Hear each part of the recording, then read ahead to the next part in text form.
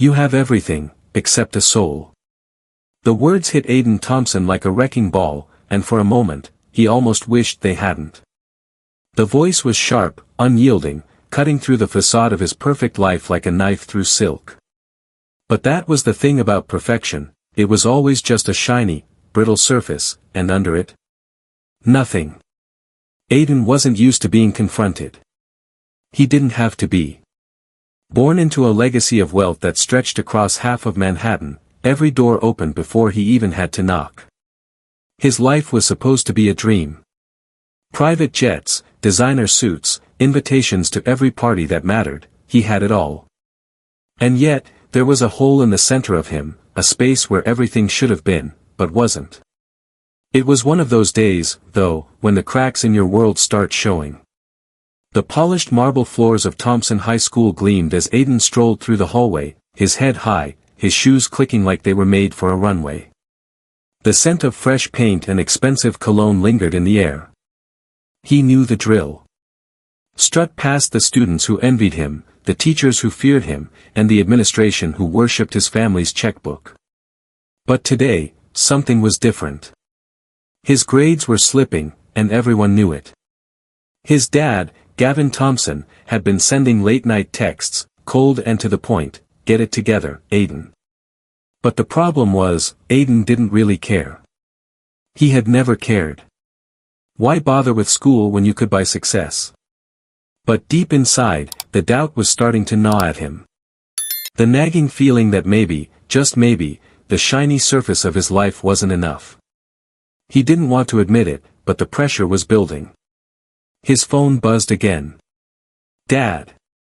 A text this time. "You're slipping. This isn't a game. Get it together. Now." He sighed, locked the phone, and stuffed it into his pocket, his gaze flicking across the hallway. That's when he saw her. The last person he'd ever expect to change anything for him. Janet. The janitor. She was pushing a mop down the hallway, her movements slow but deliberate, like she had all the time in the world. Her uniform was slightly wrinkled, the rubber gloves faded from years of use. Aiden had walked past her hundreds of times without a second glance. She was a fixture in the background, invisible. She didn't matter. But today, as he walked by, she looked up from her work. Their eyes met. She didn't flinch. And then she spoke, her voice cutting through the noise of the hallway like a thunderclap. "The only way out of your prison is to admit you built it." Aiden stopped dead in his tracks. What the hell? He turned, his face a mask of confusion. "What did you say?" His voice was colder than he meant it to be, but something about her stopped him. Janet didn't blink. She just nodded, once, as though she expected him to understand. "You built this life. All that money, all that fame, but none of it's real. Not for you." Aiden laughed, but there was no joy in it. It was the kind of laugh that didn't reach the eyes, a fake smile plastered on a mask of indifference. "I don't know what you think you know, but I'm doing just fine." Her eyes held his for a long moment. She didn't say another word. And for the first time in his life, Aiden felt a prickling sense of fear. No, not fear. Uncertainty. Something was wrong, and this woman, of all people, seemed to know it. He shrugged and turned away, but the words she spoke lingered in the back of his mind like a haunting refrain. That afternoon, Aiden sat in his room, staring at his grades on the screen. F's next to every subject. His dad was right, this was no game. Aiden couldn't buy his way out of this. At least, he wasn't sure he could. For the first time in his life, he felt the weight of his name wasn't enough. As night fell, Aiden couldn't shake the thought of Janet. Her face was etched into his mind, but more than that, the truth in her words gnawed at him. He didn't know what to do with it, but something told him he had to find out more. He was starting to realize that maybe, just maybe, everything he'd taken for granted was nothing more than a house of cards waiting to collapse. And that terrified him more than anything else. The bell rang. Aiden's heart thudded in his chest, his thoughts racing. He couldn't focus. The words Janet had said to him echoed louder than the sound of the bell. The only way out of your prison is to admit you built it. What did that even mean? He grabbed his backpack, shoving his books inside, barely noticing the students around him, talking, laughing, as if everything were normal. For the first time, he felt like an outsider in his own life. He walked down the hallway, his thoughts swirling. It was like he was waking up from a long dream, a dream where everything had been handed to him on a silver platter. And now, he was realizing that platter wasn't made of gold, it was cracked, and the pieces were starting to fall apart. The next day, Aiden sat at his desk, staring at the test papers in front of him. He could barely bring himself to look at them. His math test, another failure. His history essay, another one marked with a big, bold red F. He wanted to scream, but he didn't. He just sat there, staring at the papers as if they were enemies, mocking him for his incompetence. The door opened, and in walked Mrs. Richards, the history teacher who had been all too kind to him up until now. "Aiden," she said, her tone surprisingly calm, "can you step outside for a moment?" The last time Aiden had been called out of class like this was back when he had been caught with a cell phone in class. This felt different, he could tell. He followed Mrs. Richards into the hallway. "Your grades, Aiden, they're slipping." Her voice was softer now, almost pitying. "I've tried to give you chances, but we both know this isn't enough." Aiden looked at the ground, his jaw tightening. This was it. The moment he had been dreading. "I don't need this. I'm fine. I don't need your sympathy." Mrs. Richards raised an eyebrow. "Sympathy? No. But you do need to take this seriously. This isn't about me passing you or giving you special treatment because of your family name. This is about you figuring out what you want out of life. Because right now, you're coasting. And it's going to catch up with you." Her words stung, but they felt strangely like a slap of cold water, the kind that wakes you up when you've been sleepwalking through life. Aiden didn't know what to say, so he stayed silent. Mrs. Richards sighed and shook her head. "I think you need to start taking responsibility for your own actions. You don't want to be that person who looks back and regrets everything." She turned and walked back into the classroom, leaving Aiden standing alone in the hallway. He didn't move for a moment. He couldn't. She was right. Aiden had never been one to talk to the janitors. In fact, he barely noticed them. They were part of the background noise, the invisible workers who made the school run smoothly but never received a second glance. But that morning, as Aiden trudged through the hallways to his next class, he saw Janet again. She was mopping the floor near the back stairwell. He didn't know why, but something made him stop. She looked up, as if she had been waiting for him. "Got something on your mind, kid?" she asked, her voice casual, but there was an edge to it. Aiden opened his mouth to say something, but nothing came out. He wasn't sure why he had stopped, but it felt different this time. "Listen, I know I'm not your teacher, but if you want to talk, I'm here," Janet added, leaning on the mop. Aiden looked around. The hallway was empty. No students, no teachers. Just him and her. He almost didn't know how to respond. For the first time, he looked at her, really looked. Her face was weathered, but her eyes were sharp. There was something about her that made him feel small, yet strangely understood. "I don't know what to do," Aiden muttered, more to himself than her.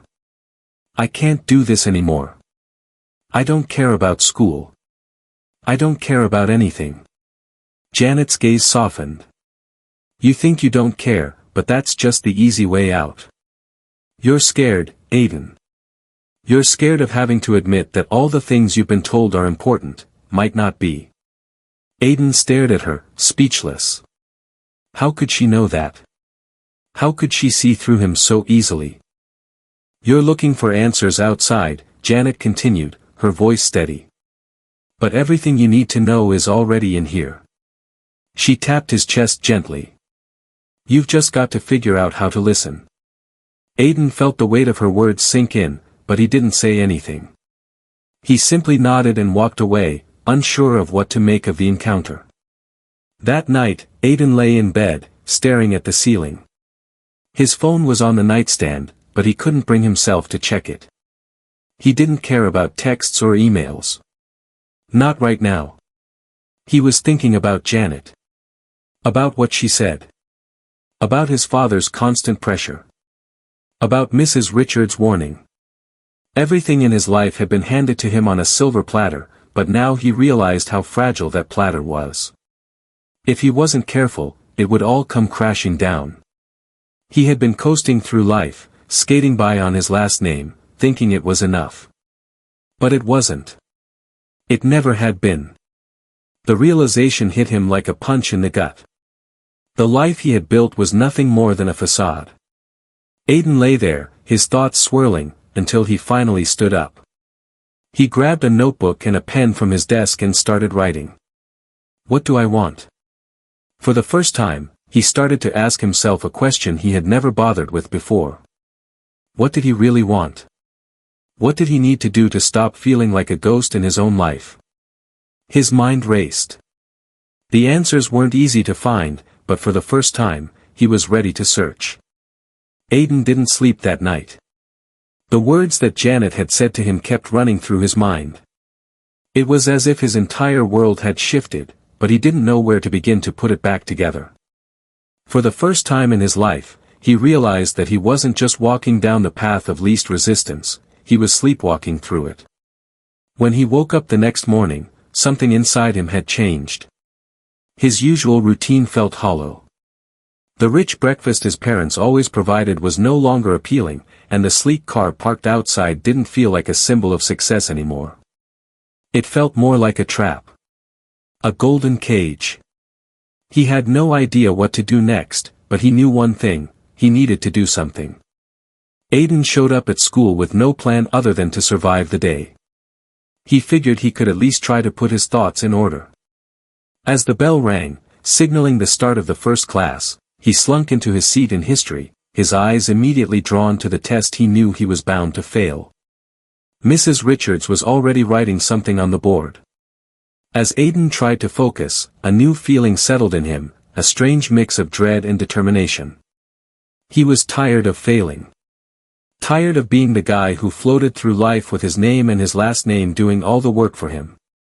"All right, class," Mrs. Richards said, breaking his thoughts.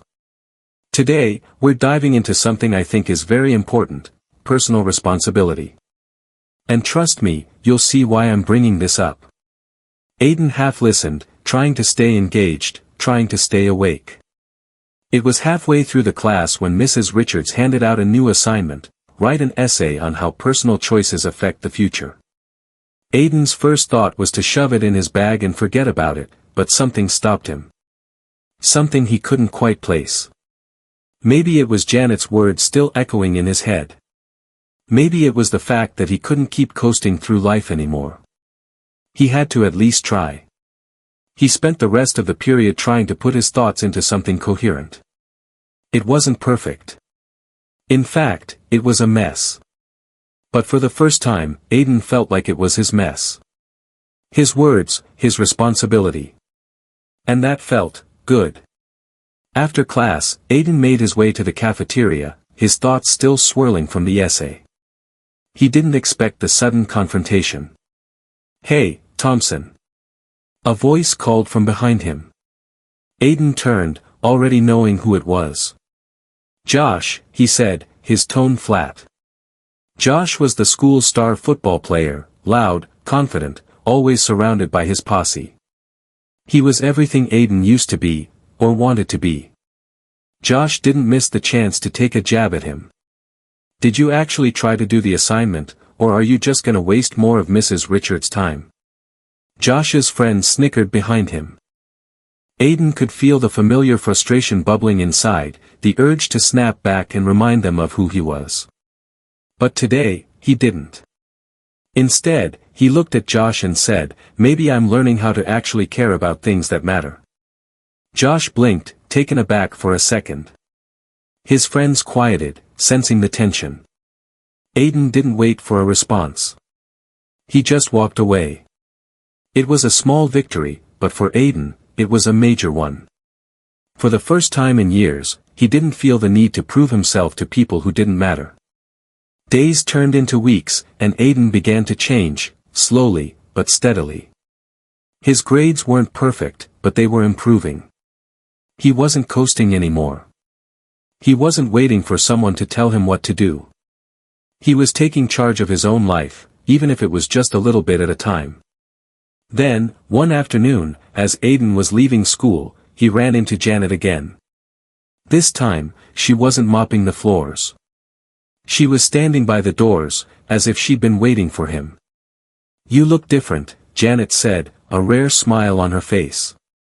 Aiden didn't know what to say, so he just nodded. "I've been trying." She raised an eyebrow. "Trying? Or doing?" Aiden paused. There was a difference. "Doing," he said, surprised at how sure he sounded. "Good," Janet replied, nodding. "I've been thinking about you, actually.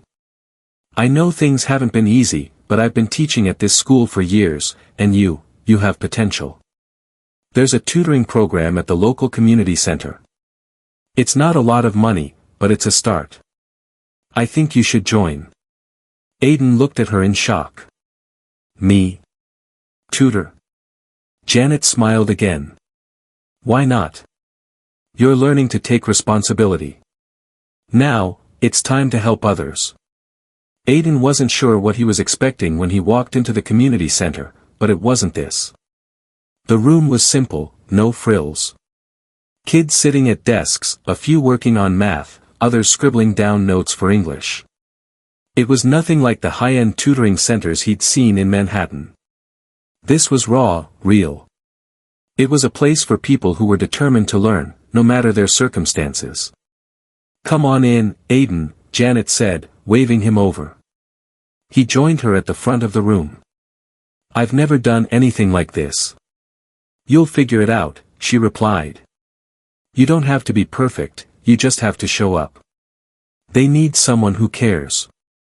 That's when it hit him. This wasn't just about tutoring. This was about changing lives. His life. The kids' lives. He didn't have to be a genius or an expert in everything. He just had to be present. And he was. For the first time, Aiden wasn't looking for someone else to fix him. He was fixing himself, one step at a time. Aiden had never been the kind of person to care about anyone else's problems. Growing up, his world had always been about him. About what he could get, how to maintain the image, how to keep the high scores, how to look good for his dad. It had always been easy, too easy. But the tutoring sessions at the community center were different. He had a group of high schoolers who were struggling, but they weren't just struggling with their grades. They were struggling with everything: family issues, financial stress, and a future that seemed as uncertain as their present. It wasn't about them just needing help with algebra or essays, it was about them needing someone to believe in them. For the first time in his life, Aiden started to understand what it meant to give without expecting anything in return.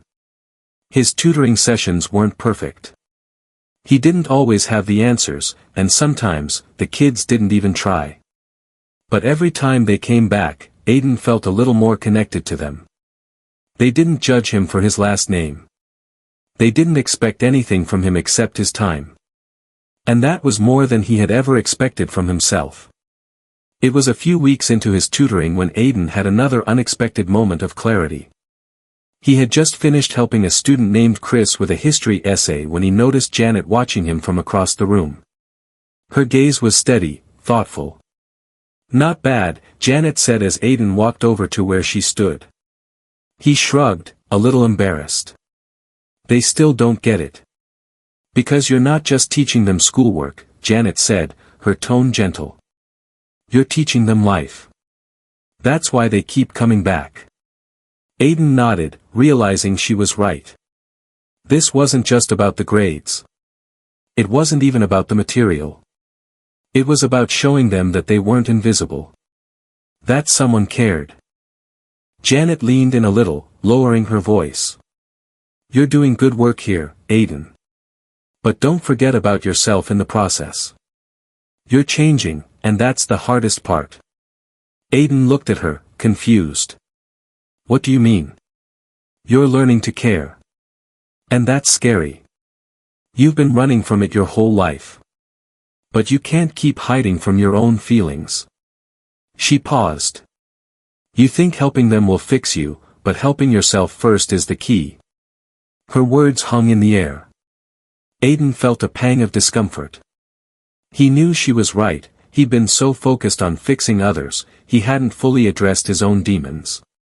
His father's expectations. The pressure to succeed. The guilt of never really trying. The next week, Aiden did something he never thought he would do. He called his father. Gavin Thompson, the powerful investor and businessman, was not the kind of man who was easily reached. He didn't take kindly to interruptions, especially when it came to his own schedule. But Aiden had reached a breaking point. The nagging feeling that had grown over the past few weeks had become unbearable. His phone buzzed twice before his father's voice came through, sharp and distant. What is it, Aiden? Gavin's voice was cool, but Aiden could hear the underlying annoyance. I need to talk to you. It's important. There was a pause. This better be good. I'm busy. Aiden took a deep breath. It's about school. It's about everything. Gavin scoffed. Everything? Son, you've got the best tutors. The best resources. What more do you need? Focus on your grades, and we'll talk. That's the thing, Dad, Aiden said, his voice shaking with emotion he didn't usually allow himself. It's not just about grades anymore. It's about me, about what I'm doing with my life. I'm not happy. And I haven't been for a long time. There was a long silence on the other end. Aiden could almost hear the gears turning in his father's mind. Are you saying that you're quitting school? Throwing it all away? No, I'm saying I want to figure out what matters. What I want. Not what you want for me. Not what anyone else wants. There was a sharp intake of breath. Aiden, you can't just throw everything away. You have no idea what you're asking. I don't need to be you, Dad, Aiden replied, his voice steady for the first time in his life. I don't need to follow in your footsteps to be successful. I want to be my own person. On the other end, there was a long, uncomfortable pause. Gavin finally spoke, his tone colder than before. You're not the kid I raised. Aiden's heart sank, but he didn't back down. Maybe it's time for me to be the person I'm meant to be. Not who you want me to be. Without waiting for a reply, he hung up the phone. After the call with his father, Aiden felt something he'd never expected, relief. The pressure, the weight that had always crushed him, was suddenly lighter. It wasn't gone, but it was more manageable. He had finally spoken up for himself. The next day at the community center, Aiden saw the kids he had been helping with new eyes. They were still struggling, but they had hope. They were still fighting. And in that, Aiden realized he was, too. He didn't have everything figured out. He didn't have all the answers. But he was on the path to finding them. And that was enough. Weeks later, Aiden stood in front of his high school's end-of-year speech contest. The auditorium was packed with students, parents, and teachers, the air thick with anticipation. Aiden had never been the kind of person to speak in front of a crowd. But standing there now, his hands steady, his heart calm, he felt a sense of clarity he'd never experienced before. The microphone was in his hand, the lights on his face, and the crowd quiet as he began. My name is Aiden Thompson, he said, his voice clear. Some of you may know me as the kid who always had everything. But that was a lie. I had everything in terms of money and status, but nothing in terms of meaning.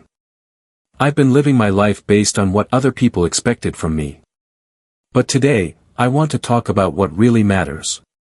He paused, the crowd hanging on his every word. He glanced down at his notes, then looked up again, his eyes meeting those of his father, sitting in the front row. I used to think that success was about being perfect, about being the best at everything. But I've learned that real success is about being honest with yourself. It's about failing, learning, and then getting back up again. It's about living for yourself, not for others. Aiden could see the stunned expressions on the faces in the crowd, but his gaze didn't leave his father's. For a long time, I was just a name. A last name. But I've realized that my name is just the beginning. What I do with my life, that's what matters. As he finished, there was a long pause, and then the auditorium erupted in applause. The applause from the speech contest still echoed in Aiden's ears as he walked out of the auditorium. He didn't feel victorious, at least not the way he thought he would. His heart was still racing, but it wasn't from excitement. It was from something deeper. Something raw. Aiden knew he had just opened a door, one that he couldn't close again. He'd spoken his truth, not just to the audience, but to himself. But now, he had to live with it. His phone buzzed in his pocket. It was a message from his dad. What you did today was a mistake. We need to talk. Aiden's thumb hovered over the screen, but he didn't reply. What was there left to say? He knew Gavin didn't understand him, and he was finally okay with that.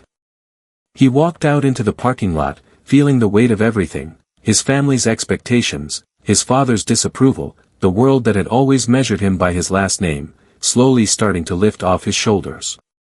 Aiden spent the next few weeks focusing on what mattered most to him, his tutoring, his new sense of purpose, and trying to keep his mind off the looming confrontation with his father. The community center became his refuge, a place where he could finally be himself without the weight of his name hanging over him.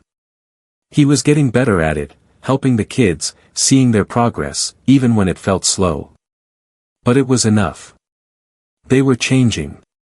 And so was he. But despite all the good things happening, the tension with his father still simmered beneath the surface. Then one day, the storm hit. Aiden was in the middle of a tutoring session when his phone rang. It was a number he didn't recognize, but something about the timing told him it was important. He excused himself from the group and stepped outside to take the call. Aiden, his dad's voice came through the phone, cold as usual. We need to talk. Now. Aiden swallowed hard, but this time, he didn't hesitate. I'm listening. I'm done playing games, Gavin continued, his voice strained. You've made your decision, and so have I. You can either come back and get serious about your future, or you can keep playing around with these good deeds you're doing with the community center. You think that's going to amount to anything? Aiden felt his chest tighten, but he kept his voice steady. I don't want what you're offering, Dad. I'm not going to live my life for you anymore. Is that so? Gavin's voice grew even colder. If that's the way you want it, Aiden, then don't ever come back. Aiden closed his eyes for a second, feeling the finality of his father's words. The truth hit him harder than it should have. This was the moment he had been dreading. The moment he finally realized that no matter how hard he tried, his father would never accept the person he had become. I'm done trying to make you happy, Aiden said softly. I'm going to figure it out on my own. There was a long silence on the other end of the line. Aiden waited, his heart pounding in his chest, wondering if his dad would say anything else. Finally, Gavin spoke again, his words clipped. Good luck, Aiden. You're going to need it. Aiden didn't say anything. He simply ended the call. The next few days were a blur. Aiden felt a strange combination of relief and sadness. He had just severed a huge part of his life, the life he had lived for so long. But he also felt a sense of freedom that he had never known before. He was free to make his own choices. He was no longer a puppet in his father's show. It wasn't easy. There were moments when the fear of failure crept in, especially when he thought about his future and how he would manage without his family's money and influence. But those moments were fewer now. Each day, Aiden grew more confident in his decision. He focused more on his tutoring, diving deeper into the lives of the kids he was helping. He realized that, in many ways, they were teaching him just as much as he was teaching them.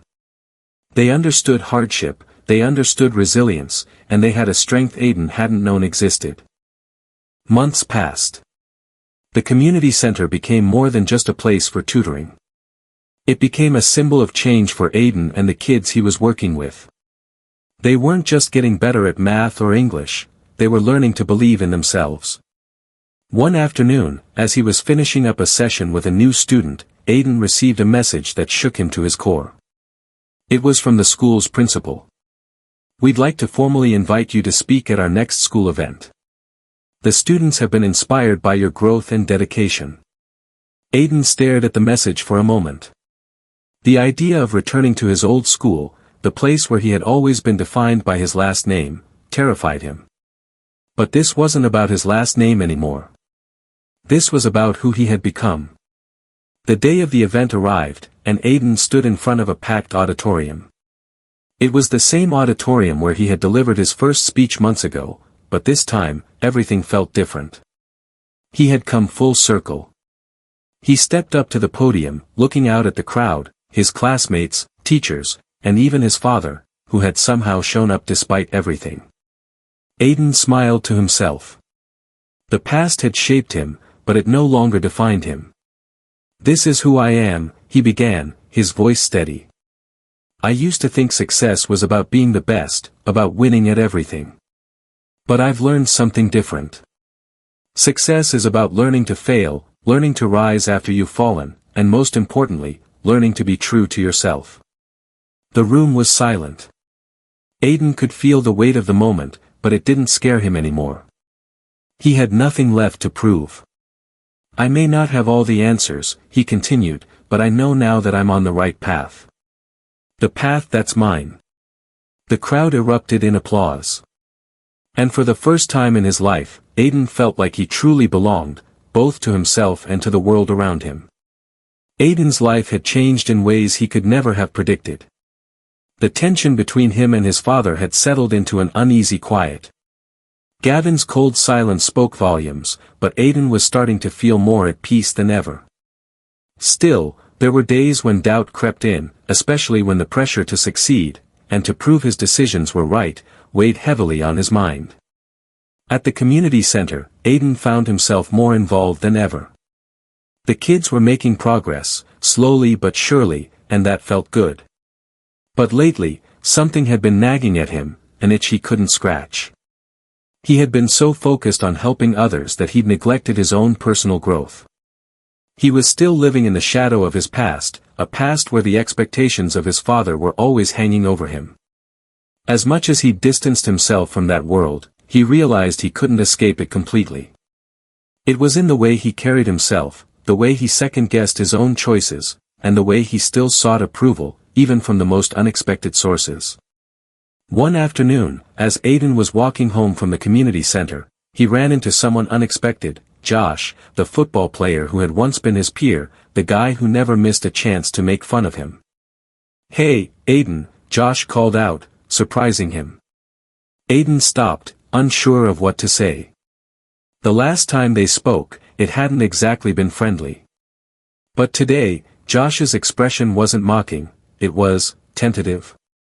"Listen," Josh said, looking uncomfortable. I just wanted to say I've seen what you've been doing. With the tutoring and all. It's kind of impressive." Aiden raised an eyebrow, unsure if he should trust this sudden shift in tone. "Really?" "Yeah," Josh shrugged. "I guess I've been a jerk, and, well, I don't know. It's just, seeing you actually doing something meaningful, not just coasting through life like everyone thought you would, it makes me think maybe I should try something different too. I mean, look, I'm not saying I'm gonna quit football or anything, but maybe I need to focus on something else, you know?" Aiden couldn't hide his surprise. This wasn't the Josh he'd known. It wasn't the Josh who thought his last name was his ticket to everything. "I never figured you'd be the type to notice," Aiden said, trying to make sense of the situation. Josh gave him a small, almost awkward grin. "I don't know, man. I've been thinking a lot about stuff. I might not show it, but I've got my own mess to figure out. I don't think football's enough to define me anymore." Aiden smiled, feeling a strange sense of camaraderie. "Maybe we all need to figure things out. You're not the only one." The conversation ended there, but Aiden couldn't stop thinking about it. Josh, the star athlete, was questioning his own purpose. If he could make that shift, why couldn't Aiden continue his own journey of self-discovery? Over the next few weeks, Aiden began to shift his focus even further. He spent more time with the kids at the community center, not just tutoring, but also listening to their stories. They were all so different, each of them with their own battles, but they had one thing in common: they were all searching for something greater than themselves. One of the students, Maya, had been struggling with her parents' expectations of her. She was a senior in high school, but unlike the others, she had never felt the weight of Aiden's world. She didn't care about fame or status. She just wanted to be heard.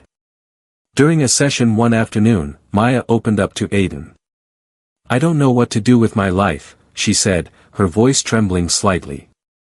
"Everyone's telling me I need to be someone. They want me to be the next big thing in science or business or something. But I don't want that. I just want to be me." Aiden sat down beside her. He could relate more than he wanted to admit. "It's hard when people tell you who you should be, isn't it?" She nodded, wiping away a tear. "Yeah. I feel like I'm stuck. Like no matter what I do, I can't make them proud because it's never the right thing." Aiden thought for a moment, then said something that felt real to him. "Maybe you don't need to make them proud. Maybe you just need to be proud of yourself." Maya looked at him, her eyes wide. "What do you mean?" "I mean," Aiden continued, "you don't have to live for someone else's expectations. You don't have to follow a path just because they think it's the right one. If you're proud of who you are, that's enough. You have to live your life, not theirs." Maya's face softened, and she nodded slowly. "Maybe you're right. Maybe I don't need to have it all figured out right now." Aiden smiled. "You don't. None of us do. We're all just figuring it out as we go." The days continued to pass, and with every conversation, every new realization, Aiden felt himself growing. He no longer measured his success by the things he could show off or the accolades he could collect. He measured it by how much he had helped others, and how much he had helped himself. But there was still one thing missing. The community center was thriving, the kids were learning, and Aiden felt a sense of fulfillment he hadn't known before. But he couldn't ignore the nagging feeling that there was more he had to do. His transformation had been deep, but he needed to share it with the world. He needed to show others that change was possible, even if it meant taking risks. One evening, as he sat in his room, Aiden made a decision. He was going to start a program, one focused on helping kids who didn't have access to the resources he had. A program that would help them not just with schoolwork, but with life skills, self-worth, and finding their own paths. It was going to be a huge undertaking. He didn't know if it would work, but he knew it was what he had to do. The next day, he started making calls. He reached out to local businesses, nonprofits, anyone who might be willing to help. The response was overwhelming. People wanted to support him, to help him build something bigger than just tutoring. Aiden's life had come full circle. What began as a desire to escape his father's shadow had now become a mission to shine his own light on others. Months passed, and the program Aiden had started began to take shape. He saw the impact it was having on the kids in his community. They weren't just learning their ABCs or solving math problems. They were learning to believe in themselves, to trust their instincts, and to take ownership of their futures. One evening, as Aiden walked through the community center, he caught a glimpse of Maya and a few other students, laughing and talking as they worked on a group project. For the first time, Aiden saw them not just as kids who needed help, but as young adults who were finding their own paths, creating their own legacies. He knew then that this was his true calling. Not fame, not fortune, not the approval of his father. This, the work he was doing now, was where he was meant to be. Aiden's story wasn't just about breaking free from expectations. It was about finding his own way and helping others do the same. And for the first time in his life, Aiden Thompson finally felt like he was home. Aiden's community program was growing fast. What started as a small initiative for a handful of kids had transformed into something bigger than he could have ever imagined. Schools were reaching out to him for advice, and even local businesses offered support. They saw the change he was fostering, and it was contagious. But with success came new challenges. As the program gained more attention, the pressure started to mount. Aiden had never felt this kind of responsibility before. He wasn't just helping a few kids anymore, he was helping an entire community. And there was no going back. Every decision he made impacted their lives. One night, while sitting at his desk, Aiden sifted through the growing stack of paperwork. His phone buzzed again. It was from his old school principal. "Aiden, we'd love for you to join us for a local leadership conference next month. Your program has made a significant impact, and we think it's time you shared your story." Aiden stared at the message for a moment. It was an honor, but he couldn't shake the familiar knot in his stomach. He wasn't the same person who would have jumped at the chance to be on stage. He wasn't the polished, perfect figure he had been. He wasn't even sure if he was ready to speak to a room full of strangers about the journey that had led him here. But deep down, he knew this was another step. It was the next logical challenge. He had to speak up, not just for himself but for everyone who had found strength through his work. He quickly typed a response, "I'd be honored. Let's make it happen." The day of the leadership conference arrived, and Aiden stood backstage, staring out at the crowd. The room was packed with educators, local leaders, and people who had heard about the program and were eager to learn more. He hadn't been this nervous in years. Not since his first speech. But now, standing on the brink of something larger than himself, he knew he had something to say. When it was finally his turn, Aiden walked to the podium, his heart pounding in his chest. He paused for a second, looking at the sea of faces. They weren't his father's business colleagues, nor were they his classmates who had judged him before. These were people who were genuinely interested in making a difference. Aiden took a deep breath. "Good evening," he began, his voice steady. "I'm Aiden Thompson, and I'm here to share with you a story of change. Not just the change I've gone through, but the change I've witnessed in the people around me. The kids I've worked with, the families I've helped, and, most importantly, how they've helped me become the person I am today." He paused, feeling the weight of his words. This wasn't just about his transformation. This was about theirs. Life isn't about perfection, he continued, it's about showing up, every day, ready to be better. And it's about knowing that sometimes the people we least expect are the ones who can teach us the most. He spoke about his community program, about the kids who came to him broken, uncertain, but left with something they hadn't had before, hope. And how, in helping them, he had found his own. When Aiden finished, the applause was louder than he expected. People were standing. His heart swelled, but it wasn't from pride. It was from the realization that his story had mattered to them. He had made a real impact. After the conference, Aiden stood alone in the parking lot, the evening sky dimming above him. The feeling of success was bittersweet. The journey had been long, with many moments of doubt, fear, and confusion. But now, standing on the other side, he realized that everything, every challenge, every loss, every moment of weakness, had brought him here. He was no longer just the rich kid with a name. He was someone who had fought for what mattered, for what was real. His phone buzzed again. It was a text from Janet. "I heard your speech. I'm proud of you, Aiden. You've come a long way." He smiled. There was no more pretending. No more hiding behind his father's legacy. He was who he was, flawed, imperfect, but determined to make a difference. And that was enough. Months later, Aiden found himself back at the community center, his mind clear and focused. The program had expanded, and with the support of local businesses and educators, he was able to offer scholarships, mentorships, and even internships for the kids in his program. They were no longer just students, they were a family, one that Aiden was proud to lead. One evening, as the sun set and the final students filed out of the building, Aiden stood in the doorway, watching them leave. He realized how far they had all come, how much they had changed. They were no longer the same kids who had walked in, unsure of themselves. They were now empowered, driven, and full of hope for their futures.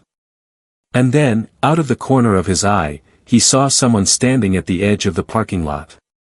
It was Josh, the same guy who had once mocked him for trying to be something more. "Hey, Aiden," Josh said, walking up to him. "I know I don't come around much, but I just wanted to say thank you. You've helped me more than you'll ever know." Aiden nodded, surprised but grateful. "I'm glad you're here, Josh." Josh hesitated, then added, "I'm not sure what my future holds yet. But I think I'm ready to find it. I think I'm ready to try." Aiden smiled, feeling a sense of pride. He didn't need the approval of his father or anyone else anymore. He had built something real, something that would last. "Keep trying," Aiden said, clapping him on the shoulder. "We all have to. Every day." As Josh walked away, Aiden felt a sense of contentment settle in. It wasn't about the recognition, the applause, or the praise. It was about knowing he had made a difference. He had helped others find their way, just like he had found his. And for the first time, Aiden felt at peace with who he was, no longer defined by his past or his family's wealth, but by the lives he had touched and the legacy he was building, one person at a time.